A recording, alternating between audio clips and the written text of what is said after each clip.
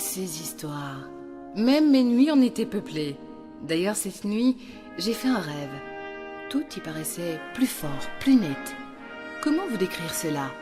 J'avais l'impression que tout devenait plus suave, plus étrange, mais aussi plus, plus mystérieux. Oui, c'est ça, plus mystérieux.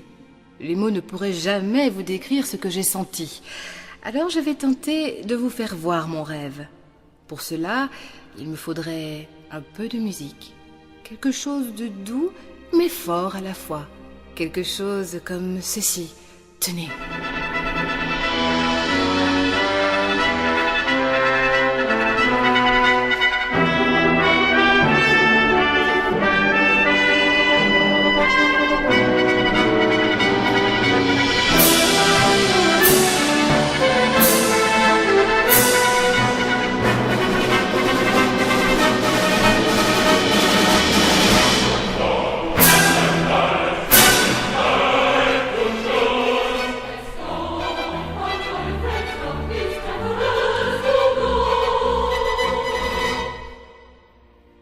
Wat een verhalen.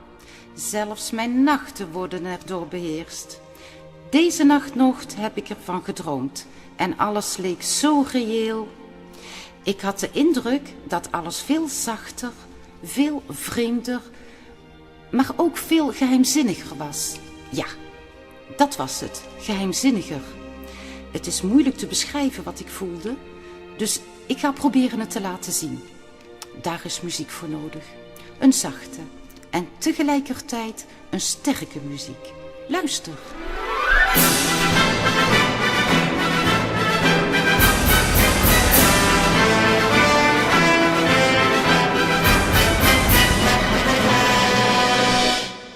Occupons-nous des yeux maintenant. Il nous faudrait un peu d'arc-en-ciel, un peu de soleil, un peu de nuit, de la puissance, de la douceur et quelques reliefs. Il faudrait aussi un je ne sais quoi qui donnerait l'impression de commander les nuages.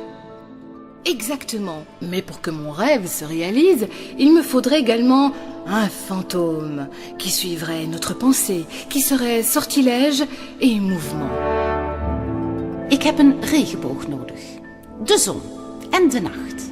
Kracht en zachtmoedigheid. Iets om de wolken te beheersen.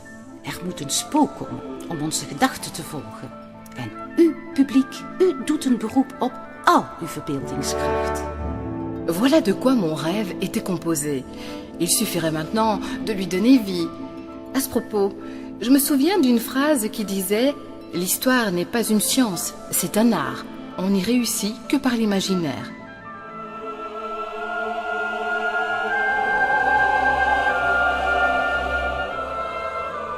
Et ces murs pourraient vous dire à quel point l'imagination des hommes les a transformés.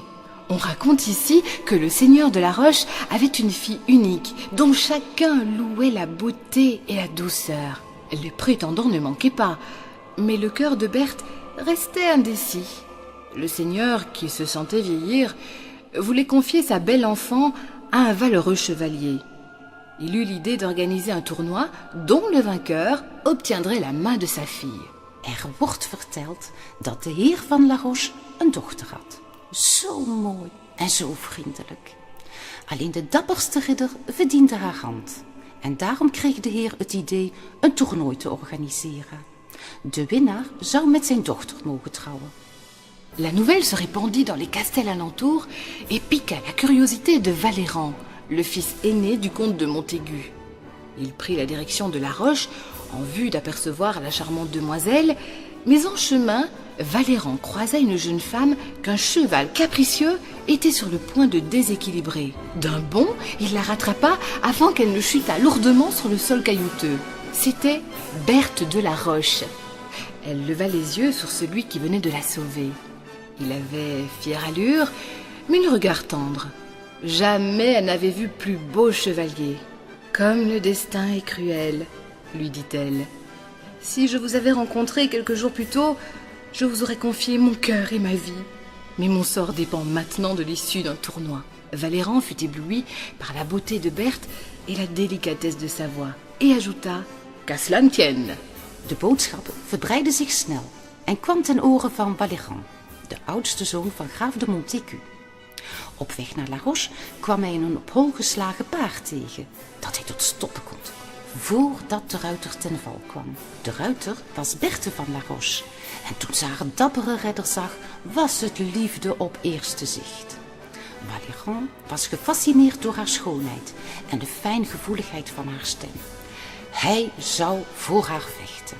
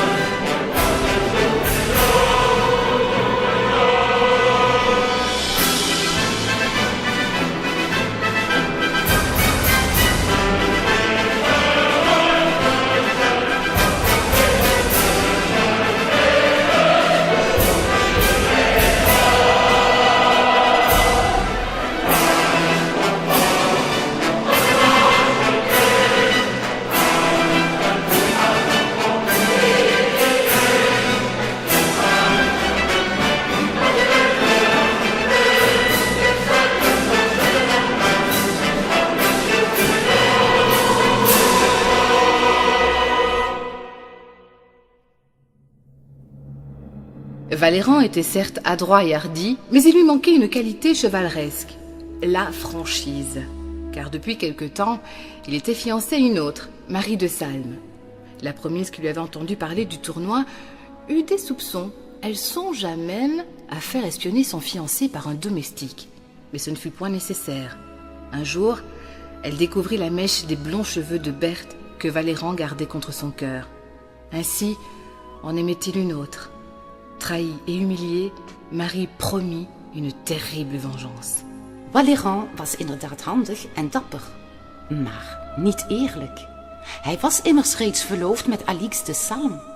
En zij kwam achter zijn ontrouw, want zij vond een blonde lok die Valéran tegen zijn hart bewaarde. Verraden en vernederd zwoer zij wraak.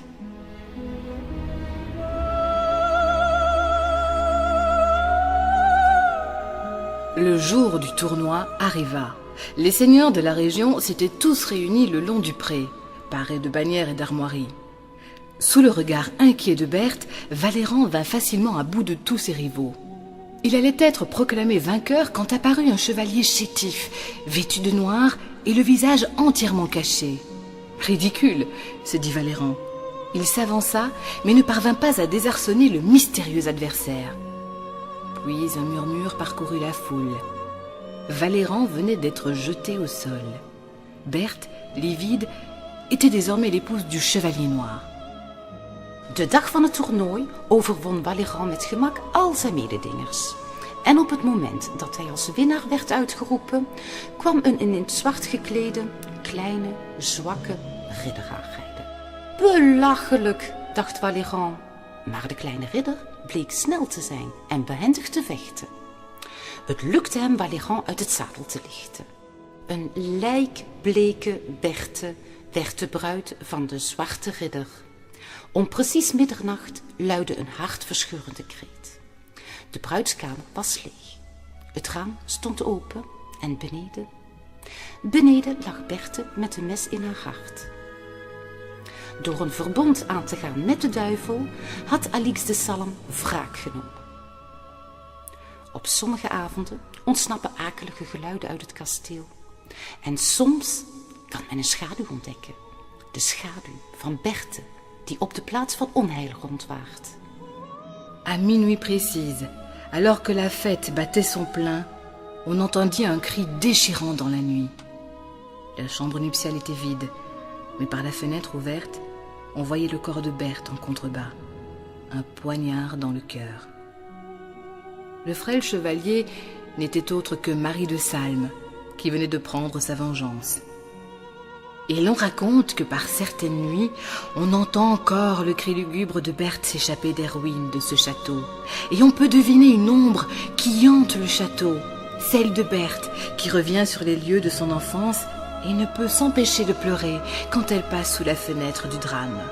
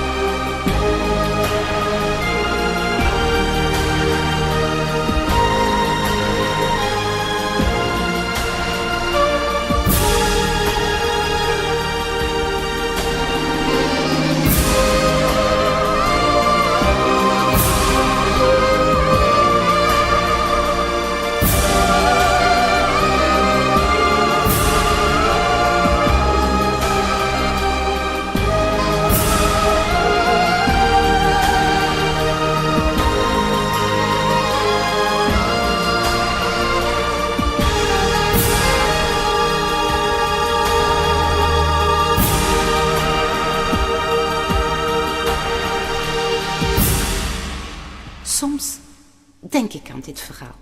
Aan de tijd die voorbij gaat. Aan onze dromen en aan onze legendes.